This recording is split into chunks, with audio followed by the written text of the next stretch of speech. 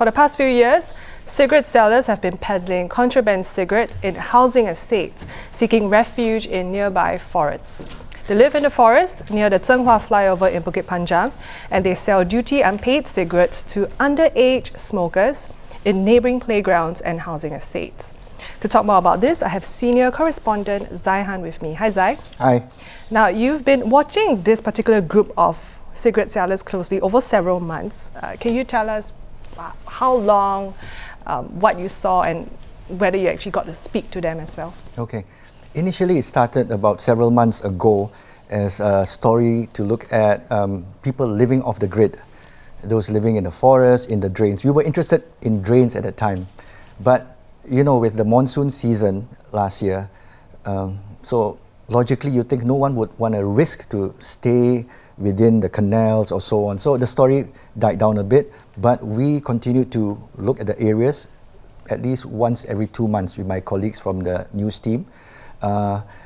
Fortunately, my fellow colleague Solwan from Photo Desk, she noticed that, hey, there's this 1 or 2 persons loitering in the area. And when we checked it like 1.5 weeks ago, wow, the stars were aligned and we saw almost everything. About a dozen men living in the area, using the canal as like a super highway where you can't really see them, where they can walk from the forest all the way to the HDB estate in Bukit Panjang. So that's how they managed to conceal themselves.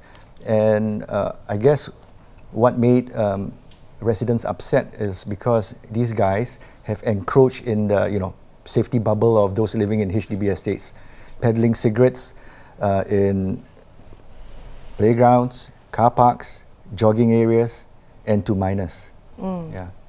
Now, who exactly are these cigarette sellers? And I understand you also went into the forests, and I don't think you didn't see them in the forest, right? But you did see evidence of them having lived a life there. Initially, we were frustrated because we saw clues that they were here. Like you see jeans well pressed, kept in plastic bags, shoes hidden, fairly new shoes, right? Cologne in the air. Yeah. You could smell it. Yes, but you don't see the persons until like 1.5 weeks ago when we saw almost everyone, right? And there we noticed a trend, a pattern. They will wake up in the morning, bathe using the stream water that flows into the drain, brush their teeth, wash their clothes, hang their clothes to dry. And we even followed them to see where they lived. And let me tell you, it's quite sad to see that nature park, that Chestnut Nature Park, with all the litter, bottles, and empty food packets and so on, strewn all over the floor. And this is the same place where you get to see wild boars, mouse deers, and some rare birds in the area. So it's encroachment in 2 areas, in nature, while at the same time, in our housing estates. So who exactly are these men? Are they locals who are out of job, or are they foreigners who maybe they've overstayed? We suspect they are foreigners. Whether they are illegal or not, we do not know.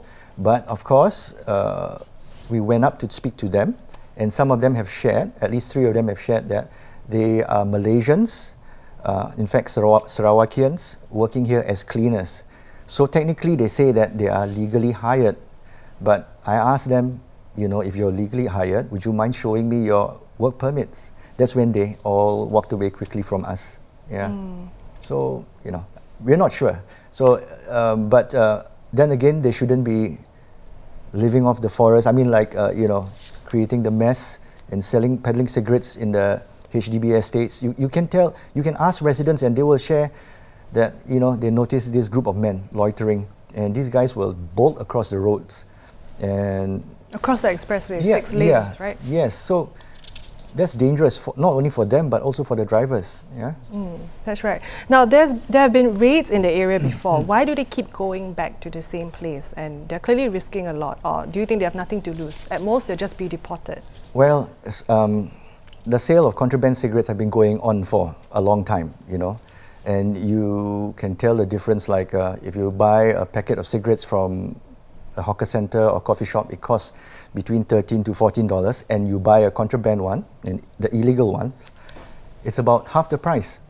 So therein lies the issue of making quick profit overnight. And these guys, when they sell, we're not sure who's supplying them the cigarettes. I'm sure it's a higher level, a bigger operation, more organized, but they have nothing to lose because they live off the land. They can hide. The hawker center is just within 15 minutes if you walk through the canal and you're out on the roads and you can go to the hawker centers. Let me tell you, some of them are so bold that they meet their girlfriends, go to the market with their girlfriends on a Sunday. So we have pictures of all those. So, So you've spoken to a few of them. Yeah. You've been to the forest where they are, and you did tell me earlier privately that there are lots of mosquitoes, the living conditions. I mean, you've done your outfield in NS, but even then, for them to live there, it's difficult. So how do you feel about the whole situation, and also for the peddlers? Do you feel any pity or? At first, when we look at the story, when we saw some of them bathing, brushing their teeth, and they admitted they drink from the stream, right? Naturally, as a human being, you feel sorry. But then again, when you speak to the aunties, the uncles who say that, hey, you should write about this story about these guys selling to secondary school boys. Even a few of them look like primary school boys. So as a father, I feel, oh, I hope my son doesn't, resort to something like this, buying cigarettes from somebody who doesn't care about your welfare. So, yeah, you feel that anger, you see. But, of course, you would hope that there will be change, something can be done, just like what the members of the public in Bukit Panjang, they hope that, that this matter can be looked into, and we would see it resolved like how UT Industrial Estate was. In the past, it was rife with contraband activities. Now, it's cleaner. There are more surveillance cameras. The forested areas around UT Industrial Area has been cleared, so they can't hide. Yeah, but to ask the authorities to clear a nature park, I think that's not right too, So what else do you think can be done? I think it requires a concerted effort from not only to curtail the demand side, but also the supply side. So you need to get more of the residents involved. Once they see such things like activities, I don't know, you can call the police, that's one thing. But what I know is that when we approach all these peddlers, their immediate instinct is to run. They're more afraid of you than anything else. This is not to say that you become a vigilante and carry an axe and threaten them. No, but you need to make them feel uncomfortable that they're not welcome here to do such activities. And I hope that the amount of junk in the forest, especially close to Chestnut Nature Park, can be cleared, because